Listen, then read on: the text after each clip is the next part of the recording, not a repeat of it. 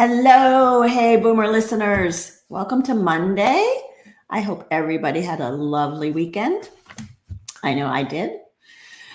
So I was thinking, as I'm bringing our guest on today, Genevieve Piturro, I was thinking about the rituals that I had at bedtime with my kids. And it was a really special time for us.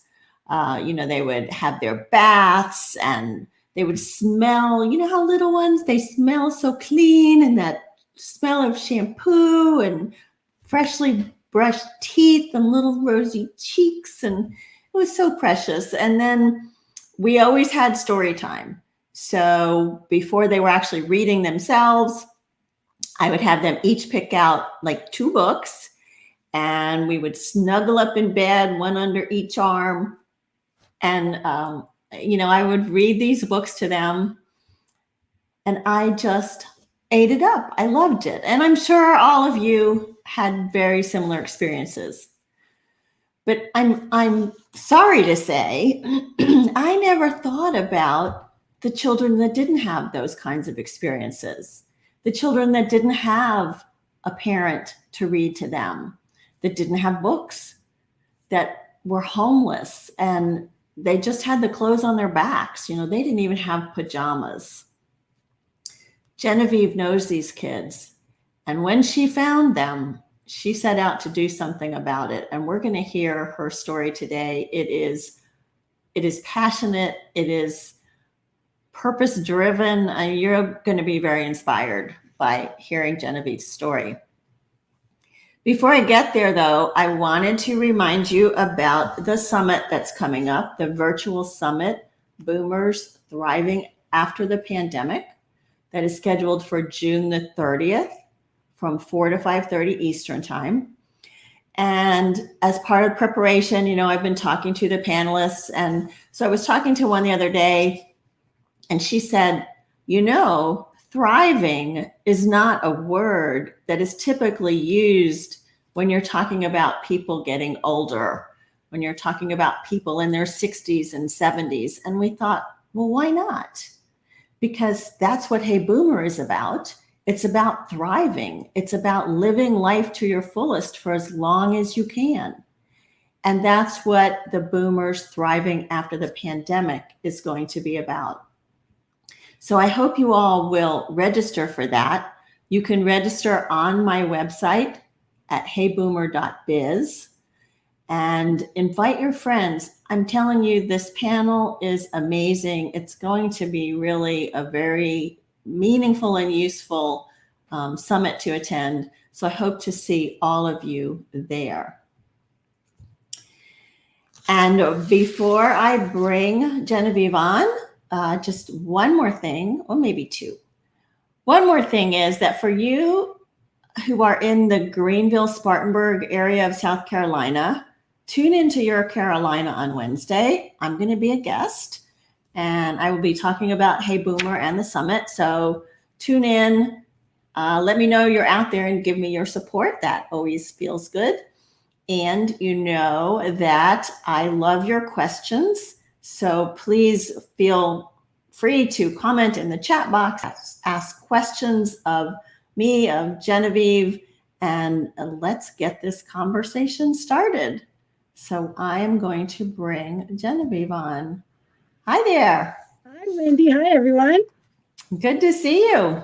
Thank you for inviting me on. Yeah, I'm really excited about this, but I want to tell them a little bit about you before we get started. So Genevieve Piturro was a successful television marketing executive until she dramatically changed the direction of her life. She found her true purpose when a sudden voice inside her head challenged her life as she knew it. In 2001, so 20 years ago, she founded a hugely successful national nonprofit called the Pajama Program, when a 6-year-old girl's question changed her life. But I'm not telling you what that question is yet. So they have delivered more than 7 million new pajamas and new books to children throughout their 63 chapters across the U.S. She is now a professional speaker and the face of the Pajama Program. And she's also a personal strategy coach. And she is sharing her life and leadership lessons that she's learned through this Pajama Program journey. And in fact, she told me she's going to do an in-person event, yay, did you say in the fall, sometime in the fall, we're not exactly sure when, to help people that know what their purpose is, or they are struggling to find that purpose, and but they're ready to take the next step. So we're looking forward to that. She also published a book in 2020 called Purpose, Passion, and Pajamas. And this book is not only an Amazon bestseller, it also just recently won the National Indie for Excellence Award in the Inspiration category. So congratulations for that. Thank you. And it tells the story of the whole progression, the good and the bad, the ups and the downs of the Pajama Program. It really is a good book. Let's see, Genevieve has been interviewed on many local and national programs, and we'll cover some of that as we go along. She is married to Demo De Martelle. Did I say that right? Yeah. Yay. And they live in Irvington, New York. So is there anything else that I left out that you would like to add? No, that covers it. That covers it. Okay. So here you are kind of bopping along, but you had like a life plan. You were going to be super successful. You were this marketing executive. What happened? Well, yes, that's right, Wendy. I wanted to be Mary Tyler Moore, or I should say Mary Richards. Right. And I tell that story all the time because, so many of us girls wanted a mentor that, was Mary Richards. She was a single, independent woman looking to make it in a man's world and, reach that top, the epitome of what we thought was success and status. And she was my idol. And I was doing that, which was very odd for my family. I'm the firstborn in an Italian family, father off the boat, and they expected me to get married and have children, grandchildren for them. But I had, this other idea, and I was working toward that. And for 12 years, that was my path, and I loved it. I really did. I enjoyed every minute of it until what you alluded to before. One day in this crazy workaholic life that I had, I heard a voice that came from here. And I know it was my heart voice, I say now. And it must have been, itching to get out, and I hadn't heard it more, but this time it was super, super loud. And I heard it ask me, if this is the next 30 years of your life, is this enough? And that's the day that I realized, what was I really working for?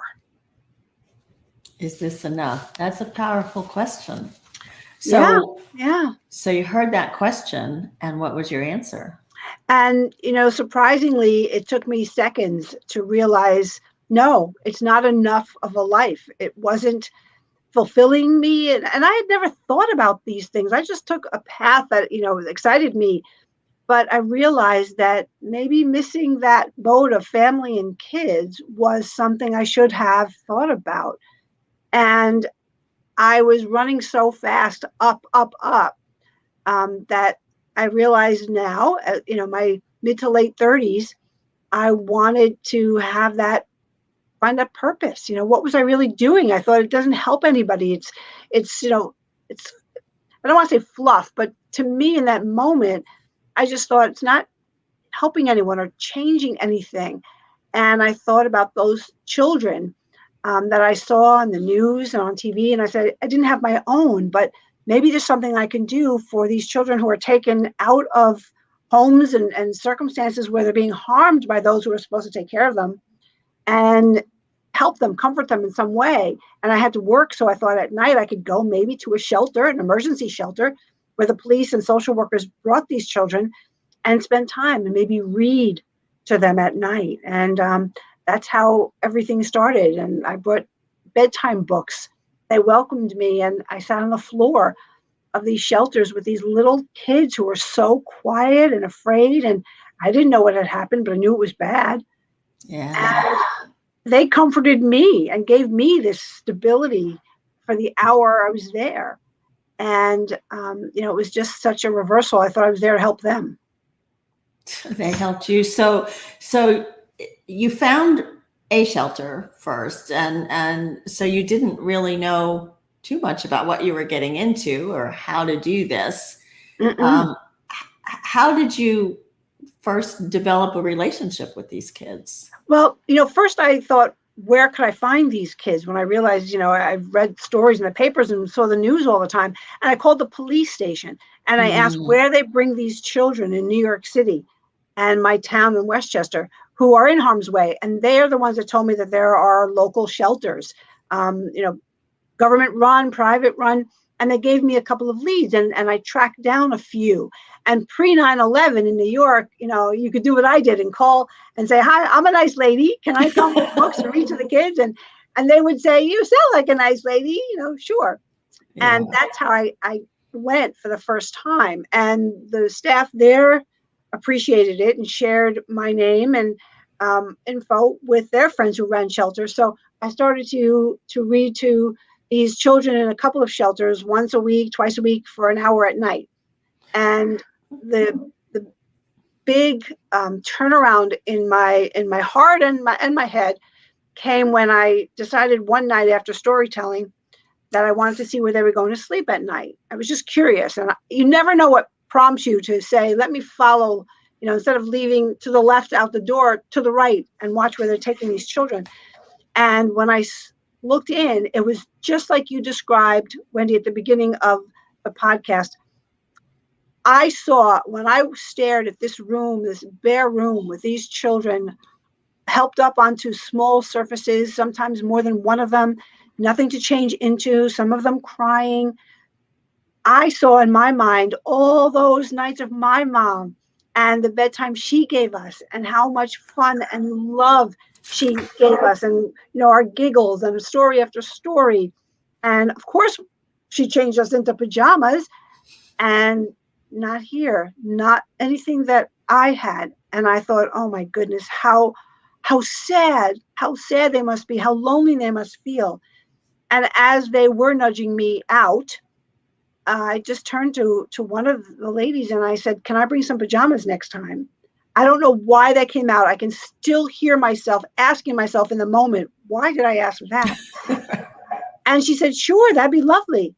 And I did. And then that's the night when, after I read, I told the kids I had a surprise for them. And they stood up and I put them in a little line and I started to give them pajamas from this big bag that I, shopped all week. And when I came to a little girl who was about 6 and her pigtails were a mess and her clothes were tight and soiled, she was afraid and she wouldn't take them. She just kept shaking her head, no, no, no. And I didn't know why. I didn't understand. I kept trying and she kept saying, no, no, no.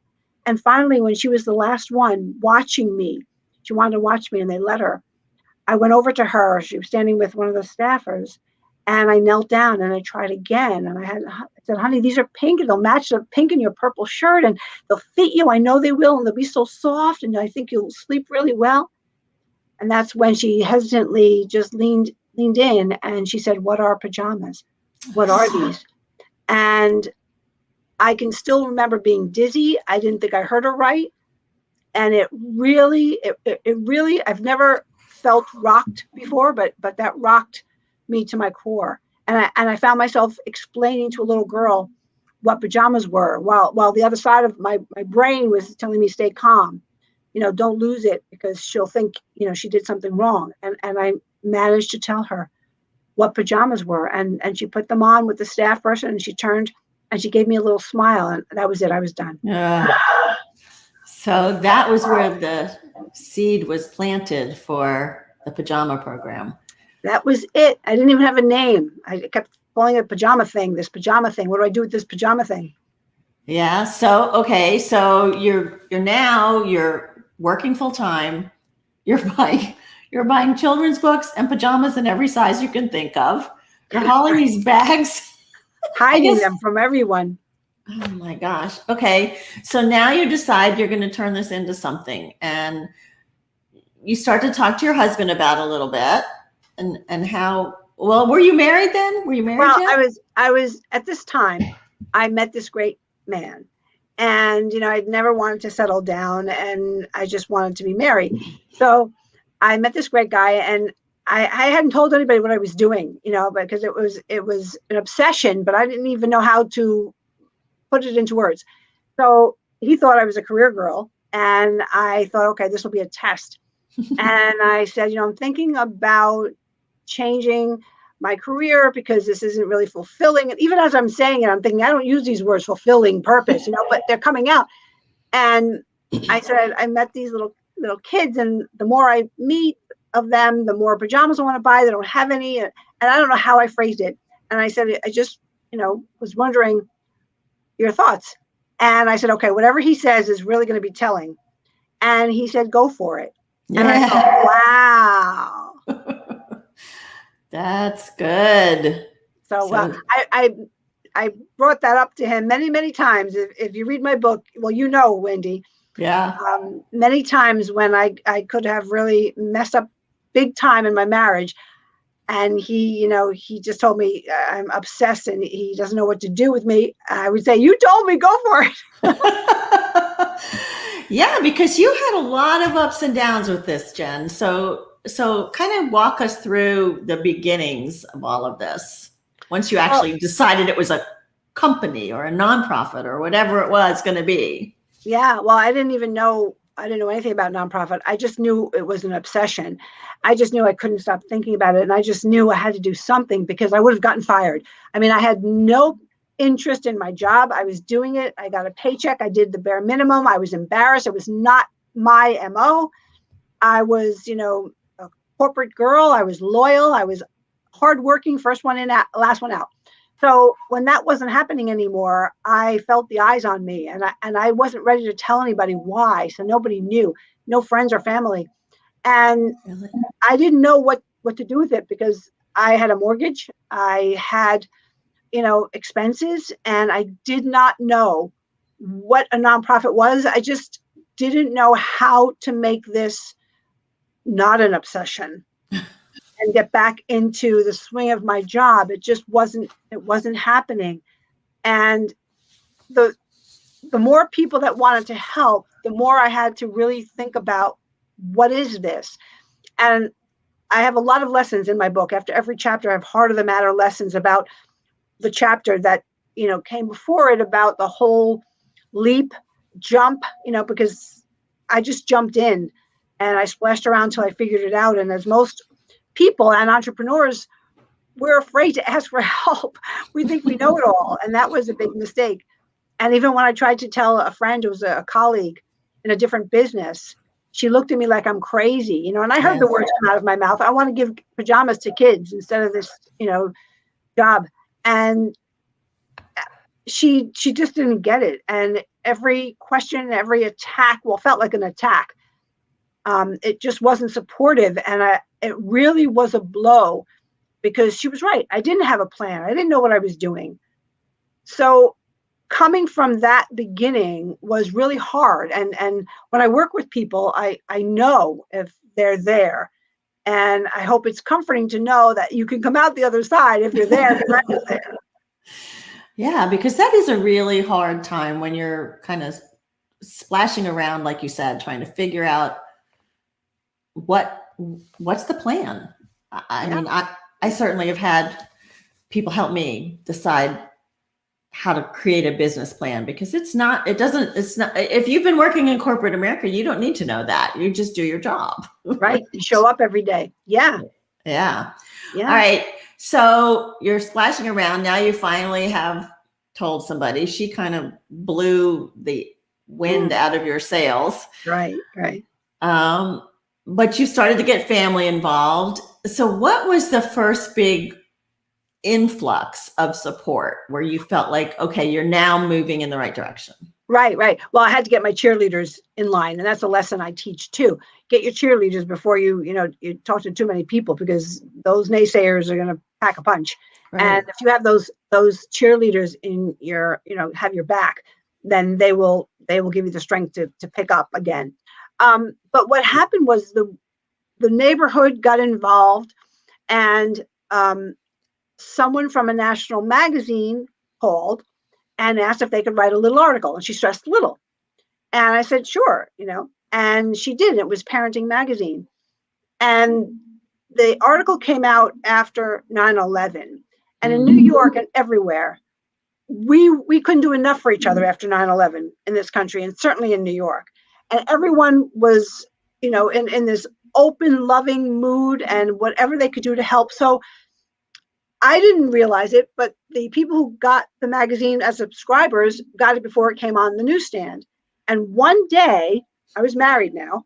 One day, I walk into my co-op in Riverdale in the Bronx, and the doorman is yelling at me and throwing packages at my feet and telling me there's more. And I didn't even understand what he was talking about. He stuffed the elevator and he pressed 3. My floor went up. He said, send the elevator back down. It was overwhelming. He was yelling. He was throwing packages at me. He was shoving letters in my hands.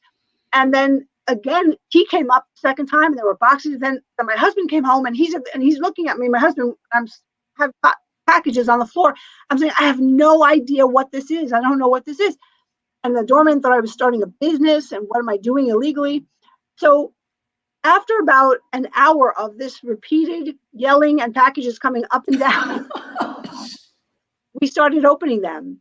And all these people who received the magazine a week before had sent me pajamas, books, notes, cash. And my husband and I were crying, reading them. We were full up to our eyes with boxes and packages. And this happened for days. And we were eating on them, and it was overwhelming, but in the most beautiful way. And one letter said, if you send us your 501c3, we'd like to give you a grant. And I looked at my new husband and I said, what's this thing? 501c in parentheses 3. I had to look it up. And then I said to him, this is a responsibility. This is serious, because these people trust me, and I have to do this with an attorney. And this is real, and this is forever. So that was the biggest eye-opening moment that really cemented the future of what I was doing. And I had to come up with the name and register it. And I had to, keep that trust. Wow. That people, yeah. But looking back on it, oh my goodness. Yeah, because the way you describe it in the book too, I mean, boxes everywhere, and you're in a small apartment. 1 bedroom, yeah. Oh my goodness. And now to get a 501c3 takes a while. So you had to go through that whole sweat process. it out. Yeah. Whew. Yeah. All right. So that was 2001 when all of this started. Yeah. Then that was 2001. We got our 501c3. It took me over a year of doing it on the side and overwhelming myself and keeping it secret. Oh, so when did you actually quit your job? Well, I went to project work, and then I finally had to quit, and it was just too much. I wasn't sleeping.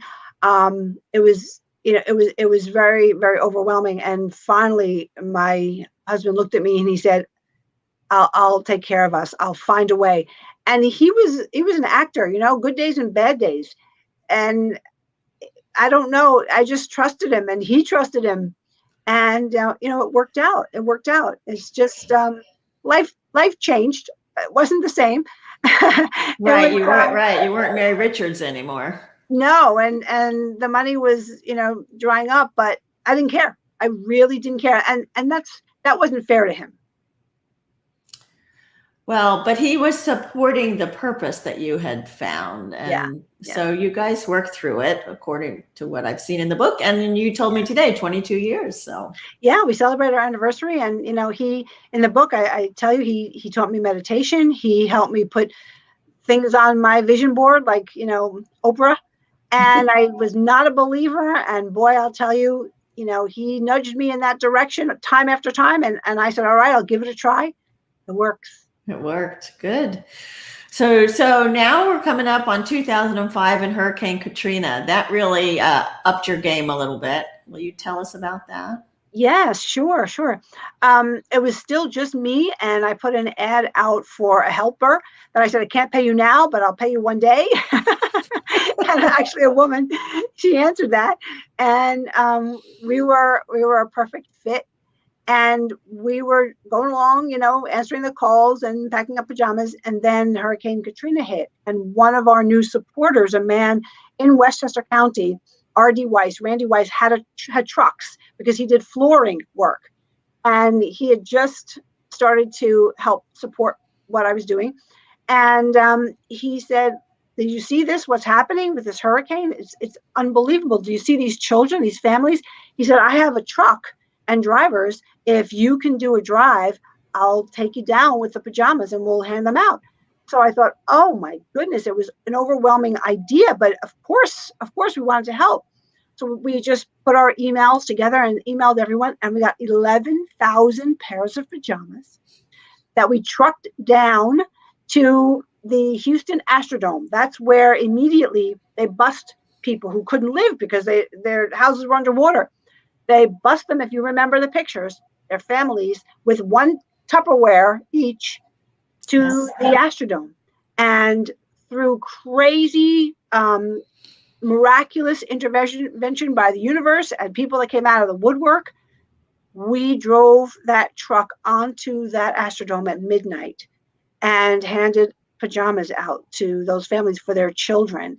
And it was so surreal to see what I'd seen on TV, those rows and rows of cots and those families with nothing, and each cot with one Tupperware bin next to it. And when I remember it, it's just still unbelievable. Yeah. And it was just the empathy and the love of everyone who read our email and our ask for help, just sent pajamas. So Jen, was that the first pajama distribution outside of the New York area? That was the very first big one. We started to I was on local radio shows and people were spreading the word. So we had a New York City chapter, and then someone called from New Jersey, Jerry, and she said, I heard you on the station. I'm in New Jersey. Can I help you in New Jersey? And I said, sure. And she said, what do I do? And I said, I don't know, but let's figure it out. So we had a couple of, I called them just off the cuff chapters.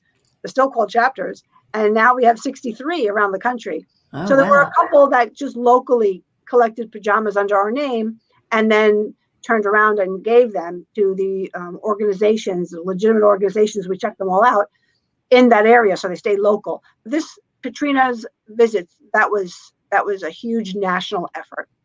Wow, that's amazing. And so now, okay, starting to expand, starting to become like a real organization, entity. Right? Yeah. A real entity, getting a few chapters. And then you get this call in 2007. Mm-hmm. Tell us about it. Yes. I was sitting we had a reading room that a woman generously donated that children could come to in groups, and we'd read with them with volunteers and then give them pajamas and books.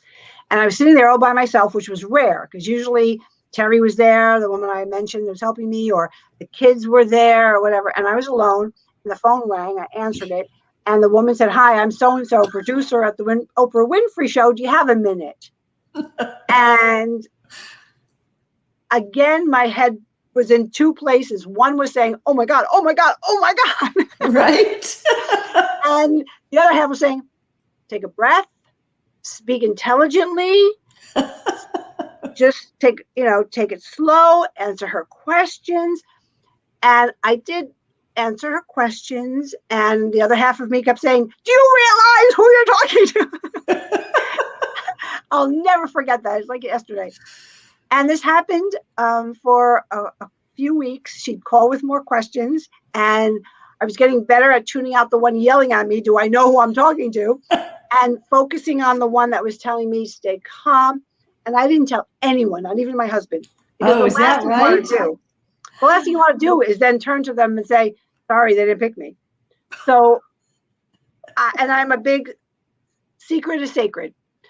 So until she called for the last time and she started to talk to me about arrival dates, I said, "Are you bringing me on the show?" And she laughed. She said, "Yes."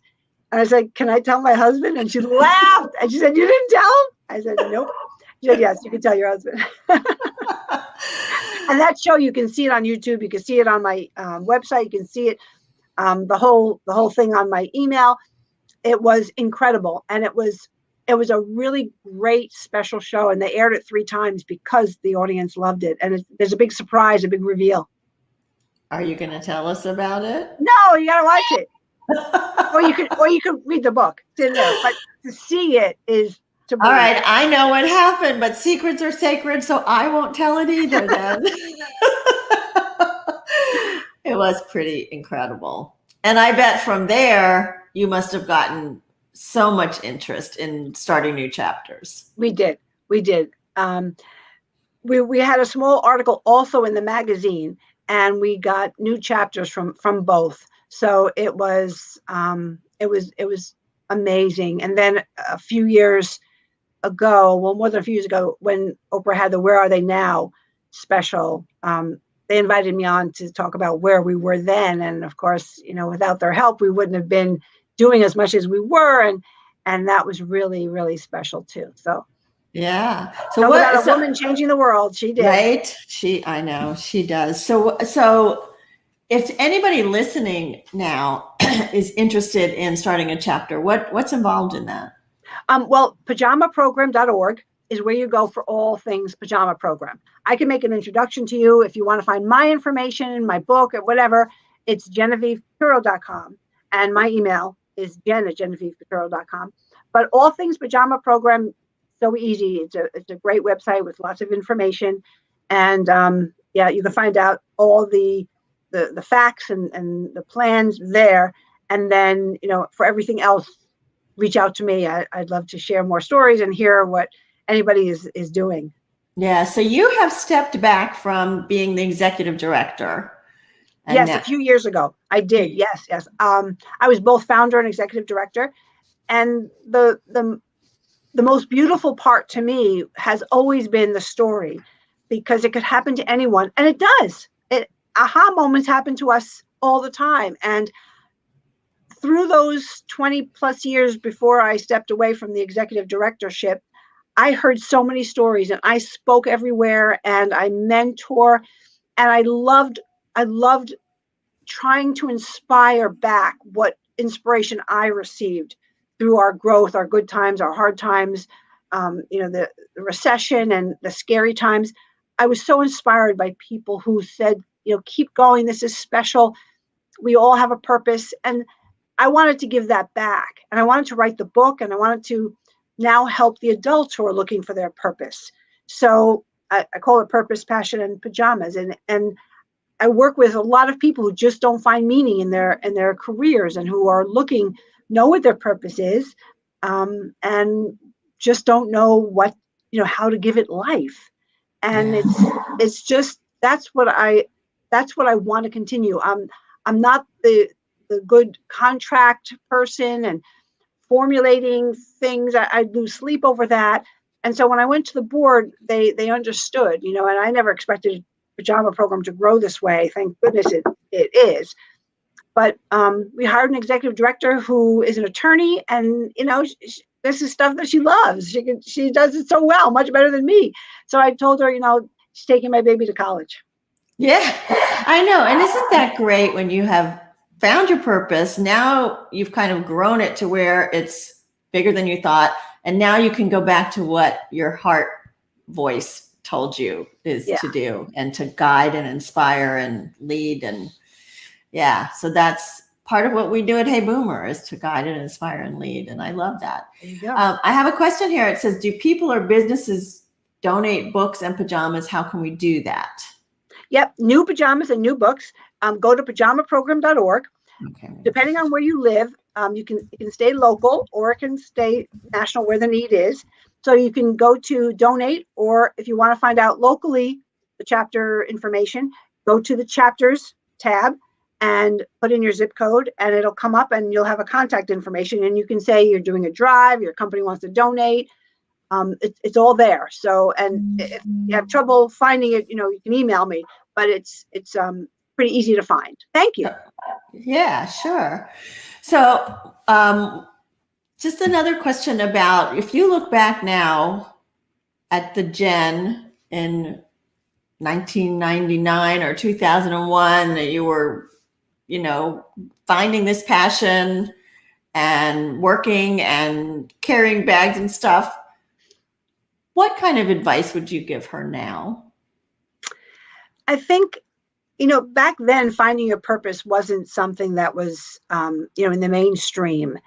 And I often think, I wish I had that aha moment when I was 22, but, we know it comes when you're ready. And I guess I wasn't ready until I was 38 and had to go through what I did to appreciate it. But I would just wish she were more in tune with her heart, and not looking for the traditional route of making money and being, successful in a traditional way of finding a job. I wish I had listened to those little nudges in my heart, and those little feelings of wanting to follow a different path. Because I do think that I heard them and I ignored them. I think a lot of us do, because we just don't see a way. And that's why I teach people, you can either jump like I did, or I'll help you slide your purpose into your life. Because once you ask yourself, what is it I'm meant to do? Why am I here? What brings me joy that I can share? Everything changes. Purpose changes everything. And I also learned, and I talk about this a lot, the secret to the power of one. I've heard, and I even said it to you, Oprah changes everything. The power of one, wow, one person can change the world, one person. And, sometimes I heard that about Pajama Program. Oh, look what you did. No, in 20 years, I can tell you for a fact, it's not the power of one that changes anything. It's the power of one another that moves mountains and moves people. Yeah, I love that, power of one another. And I think that's true. Yeah, it took me a while. And then it was clear as day. Yeah. And I think one of the things, I think one of the things that stops us too is, we have this script, like you were going to be Mary Tyler Moore or Mary Richards. We have this script that we've written for ourselves, or that our family has written for us. And that's what we do. We're supposed to go along and do that. And I mean, kudos to you at 38 that you figured it out and took the leap then, or because of your obsession, you couldn't help but take the leap. Right. I didn't figure anything out. Not then. Yeah, but some of us, it takes longer to figure it out, or the purpose changes, as you have just realized too, now that you are a speaker and a motivational guide, coach, whatever. So I think it's just to continue to keep listening. Yeah. And I think listening to each other, listening to our stories, supporting each other. And, it's hard to ask for help. It's hard to say, I don't know. It's hard to say, I really want to sing. You don't have to change your career and sing if you can't, if you don't make it to Carnegie Hall. That doesn't mean you can't give your purpose life. Mm-hmm. There's so many ways to bring singing into your life that will change, your purpose. It'll change everything. So It doesn't have to be as dramatic as, what I did, or some people who make the leap. Doesn't. There's a way to bring your purpose into your life. Right. And I think the other thing I've heard about purpose is that, we put so much weight on it, right? Like, well, if it's not solving world hunger or curing cancer, then it's not a valid purpose. And I think there's purpose with a small p and purpose with a capital P. So, I think take the pressure off. Yeah. And I had, as a lot of nonprofit founders have, a lot of doubt, like, what am I doing? Is it really changing anything? Is it making anything better? I have pajamas that I'm giving children. Really, I'm not giving them a home. I'm not taking them away from crazy people who are going to hurt them. It's a pair of pajamas to sleep in. But I was taught by a very smart man who said to me, no, you take the ball only so far. You have one job to do. The next person has a job to do. And the next person, you're one in a line of all of us who take a piece, and be proud of the piece you have. It's up to the next person to take it a little further, and the next person to take it a little further. And that's how we create this universal, shoulder for people to lean on. So be proud of your one piece. It's just a piece in a long line of ways that people are helping. So I felt a lot better. I thought that was really great, because yes, we put a lot of pressure on ourselves. It's not enough. Yeah, that's great advice. Yeah, it changed everything for me. Yeah. So as you know, Hey Boomer is all about inspiring people who are 55 and beyond to live life to their fullest, to find ways to make a difference, to live their purpose, to impact their community. So I'm wondering if you have 2 or 3 takeaways that you can leave for people listening today. Yes, what I said before, I'll expand. When I work with people, it's either a jump or a slide. And a lot of people coming out of this pandemic or through the pandemic have been reevaluating their life choices, their careers, and some have been pushed into making decisions that they wouldn't have made a year ago. We all know what's on the back burner. So many of us have something that we've got back there, that when the kids are out of the house, when I save enough money, when I retire, I'm going to do what I love. There's a way to slide that in. And I think now is such an important time to do that. It's a gift you can give yourself after this year of anxiety and worry. We need to give ourselves that gift of hope. So I'm happy to talk to anybody at no cost, just to let you, talk about that back burner thing and brainstorm some ideas, because once you bring that into your life and you slide it into your life, everything changes. How you feel about yourself, how you see everything, even your job, how your family and your colleagues react to you, because they're going to feel it too. And it's going to be great. It's going to be better that you are telling yourself, this is for me and I deserve this now. And I don't have to worry about it taking over my job. I can just keep it in my life as my love. Yeah. I love your passion, Jen. You speak with such sincerity, and I wish you so much luck with this new career of being the speaker and motivational coach. I think that's going to be great. Thank you, Wendy. Thank you so much. Yeah. All right, I've been sharing your website and your thank you. and your email address. So if anybody has not copied it down and you've missed it, so please let me know. You can email me or put a message in the comment box, and we will get you in touch with Genevieve. I'd like to thank our co-sponsors for the Boomers Thriving After the Pandemic Virtual Summit, the Meals on Wheels of Greenville and the Walk to End Alzheimer's. With your registration, each one of those organizations is going to get 10%. So I'm very happy to be able to give back in those ways also. That's a big, important part of who I am too. So I love that. Great. That's great. All heart.